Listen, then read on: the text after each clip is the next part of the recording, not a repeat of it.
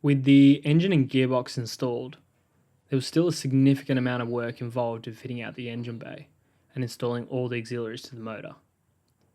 So, after installing the newly painted inner guards,